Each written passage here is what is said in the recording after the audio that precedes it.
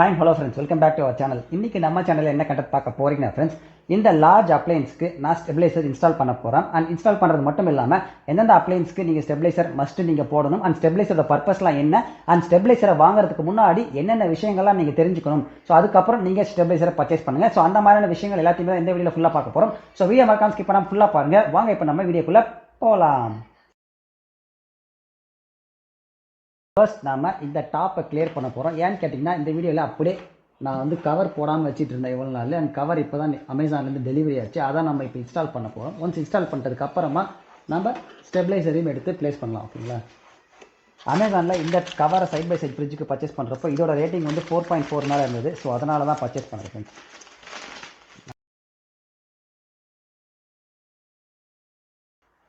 கரெக்டாக இருக்கா இல்லையான்னு பார்ப்போம்.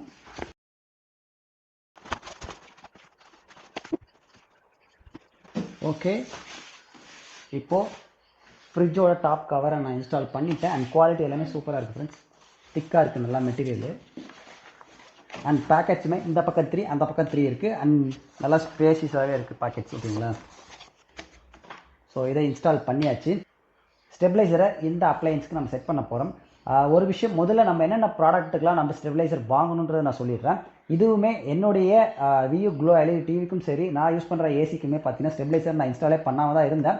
ஆனால் இதுக்கப்புறம் இன்ஸ்டால் பண்ணோம் ஃப்ரெண்ட்ஸ். ஏன்னு கேட்டிங்கன்னா நான் ரீசெண்டாக இந்த ஃப்ரிட்ஜெல்லாம் பர்ச்சேஸ் பண்ணுறதுக்கு முன்னாடி டைரெக்டாக ஷாப்பில் போய் விசிட் பண்ணி கேட்டப்போ அவங்க என்ன சொன்னாங்கன்னா, நீங்கள் 3 அப்ளையன்சஸ்க்கு ஸ்டெபிலைசரை இன்ஸ்டால் பண்ண மஸ்ட்ன்ற மாதிரி சொல்லியிருந்தாங்க. ஒன்று பார்த்தீங்கன்னா ரெஃப்ரிஜரேட்டர், செகண்ட் டிவி, தேர்ட் வந்து ஏசி. லார்ஜ் அப்ளையன்சஸ் இந்த 3த்துக்கு மட்டும் நீங்கள் வந்து ஸ்டெபிலைசர் வந்து இன்ஸ்டால் பண்ணிக்கோங்க. அதுதான் வந்து ப்ராடக்டை சேஃபாக வச்சுக்கோங்க, ரொம்ப நாளைக்கு லைஃப் வருன்ற மாதிரி சொல்லியிருந்தாங்க. அண்ட் முதல்ல நம்ம இந்த ஸ்டெபிலைசரோட பர்பஸ் என்னன்னு கேட்டிங்கன்னா, நம்ம மெயின்லேருந்து வரக்கூடிய வோல்டேஜ் ஃப்ளக்சுவேஷன்ஸ்லாம் இருக்குது இல்லைங்களா, அதை ஸ்டெபிலைஸ் பண்ணுறதுக்காக தான் இந்த ஸ்டெபிலைசரை நம்ம இன்ஸ்டால் பண்ணுறது. ஸோ அது என்ன, ஸ்டெபிலைசருக்கு வரக்கூடிய இன்புட் வோல்டேஜ் என்ன பண்ணணும்னு கேட்டிங்கன்னா, நம்ம அப்ளையன்ஸ்க்கு பாஸ் பண்ணுறதுக்கு முன்னாடி அதில் 2 மெத்தட் இருக்குது ஃப்ரெண்ட்ஸ் ஸ்டெபிலைசரை பொறுத்த வரைக்கும். ஒன்று வந்து பக்கிங் மெத்தட், இன்னொன்று வந்து பூஸ்ட் மெத்தட்.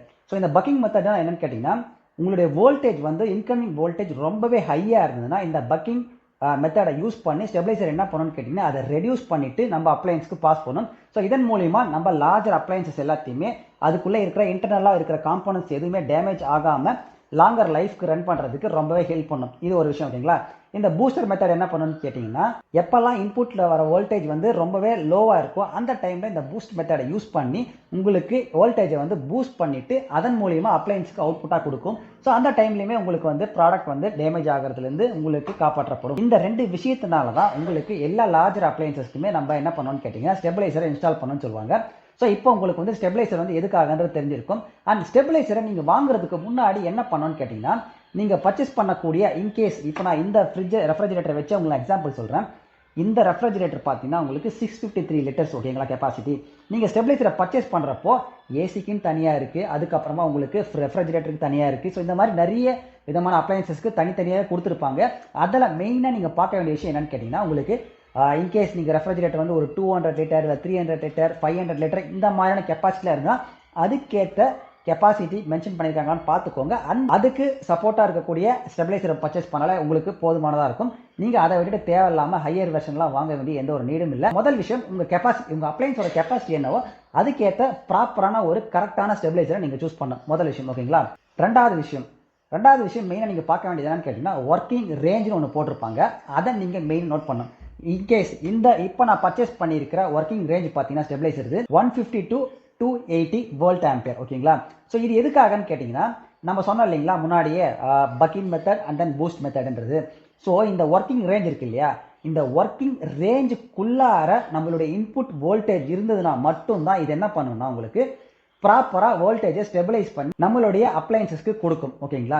மென்ஷன் பண்ணியிருக்கிற ஒர்க்கிங் ரேஞ்சை விட கம்மியான இன்புட் வோல்டேஜ் மெயிலிருந்து ரிசீவ் ஆச்சுன்னா ஸ்டெபிலைசருக்கு, அதே மாதிரி உங்களுக்கு அதிகமான வோல்டேஜ் இன்புட் மெயிலிருந்து ரிசீவ் ஆச்சுனாலும் இந்த 2 விஷயம் நடக்கும்போது என்ன பண்ணணும்னு கேட்டிங்கன்னா, உங்களுக்கு ஓவர் வோல்டேஜ் கட் ஆஃப்னு ஒரு விஷயம் இருக்கும். என்னன்னு கேட்டிங்கன்னா, உங்களுக்கு அப்ளையன்ஸ்க்கு பவர் சப்ளை இருக்காது, அப்ளையன்ஸை வந்து சடவுன் பண்ணிடும். ஸோ அப்ளையன்ஸுக்கு உங்களுக்கு பவர் போகாது.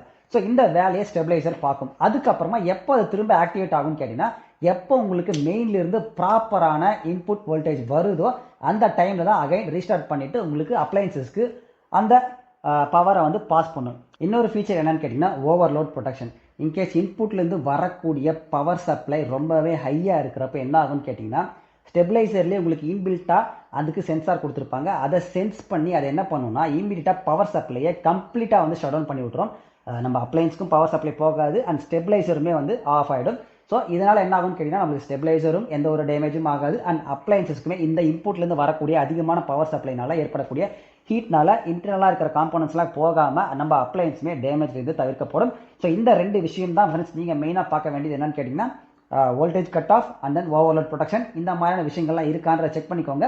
அண்ட் நான் ஏன் இந்த விகார்ட்லேருந்து பர்ச்சேஸ் பண்ணேன்னு கேட்டிங்கன்னா ஏன்னா நீங்கள் இந்த வீடியோ பொறுத்த வரைக்கும் மெயின் பர்பஸ் என்னன்னு கேட்டிங்கன்னா இந்த ஃப்ரிட்ஜ் இன்ஸ்டால் பண்ணதுக்கப்புறமா சாம்சங்லேருந்தே வரப்போ என்ன பண்ணாங்கன்னு கேட்டிங்கன்னா ஸ்டாண்ட் எடுத்துகிட்டு வந்து டிஃபால்ட்டாக ஸ்டாண்டை வந்து ஃபிக்ஸ் பண்ண சொல்லியிருந்தோம்.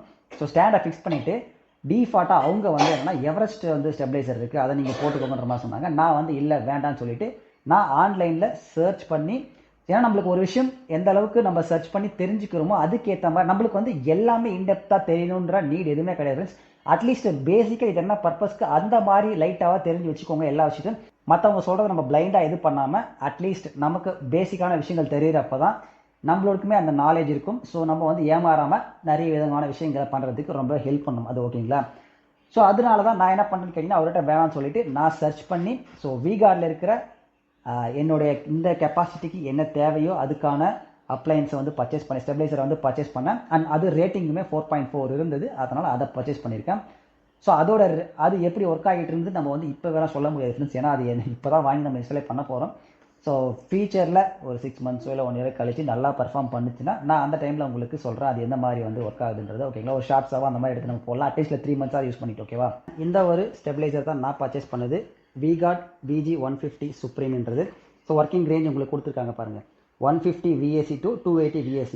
இந்த ரேஞ்சுக்குள்ளே இருந்தால் மட்டும்தான் இது பக்கிங்கோ இல்லைனா பூஸ்டிங்கோ 2 மெத்தடை யூஸ் பண்ணி நம்மளுக்கு வோல்டேஜ் ஸ்டெபிளைசருக்கு அப்ளையன்ஸுக்கு ப்ராப்பராக பாஸ் பண்ணும்.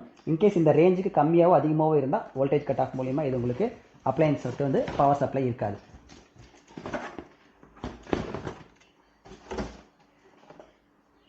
இது இன்ஸ்டால் பண்ணுறது ரொம்ப சிம்பிள். உங்களுடைய அப்ளையன்ஸோட ப்ளகின் நீங்கள் கொடுத்துட்டு இந்த ப்ளகின் எடுத்துன்னு போயிட்டு நீங்கள் ஆக்சுவல் இதில் கொடுத்துட்டிங்கன்னா போதும், சிம்பிள். அண்ட் இதில் நீங்கள் தெரிஞ்சிக்க வேண்டிய ஒரு விஷயம் என்னன்னு கேட்டிங்கன்னா உங்களுக்கு ஸ்டெபிளைசரில் வரக்கூடிய ப்ளகின் பார்த்தீங்கன்னா 16 ஆம்ப்கான ப்ளகின் தான் கொடுத்துருக்காங்க. ஓகேவா? ஸோ அதுக்கேற்ற மாதிரி நீங்கள் ப்ராப்பரான சாக்கெட் இருக்கான்னு செக் பண்ணிக்கோங்க. அண்ட் நம்மளுடைய ஃப்ரிட்ஜோட ப்ளக் பாயிண்ட் எடுத்துகிட்டு வந்து ஸ்டெபிளைசரோட அவுட்புட்டில் நீங்கள் கனெக்ட் பண்ணிட வேண்டியது தான். ஸ்டெபிளைசர் வந்து மெயினில் கனெக்ட் பண்ணிட்டேன் அண்ட் அப்ளையன்ஸோட ப்ளகின் எடுத்துன்னு வந்துட்டு அவுட்புட்டில் கொடுத்துட்டேன். இப்போ உங்களுக்கு இங்கே பார்த்தா தெரிஞ்சிருக்கும் சிங்கிள் லைட் தான் எரியுது இன்புட். ஓகேங்களா? ஸோ ஆக்சுவலாக இது நார்மல் இந்த ஸ்டெபிளைசர் மாடலை பொறுத்த வரைக்கும் என்னென்னா உங்களுக்கு இன்புட் அவுட்புட் இண்டிகேட்டர் ரெண்டுமே இருக்கும். அண்டு இன்புட்டும் சரி அவுட்புட்டும் சரி ரெண்டுமே ப்ராப்பராக லைட் எரிஞ்சதுன்னா உங்களுக்கு நார்மலாக ஒர்க்கிங் ஆகுதுன்னு அர்த்தம்.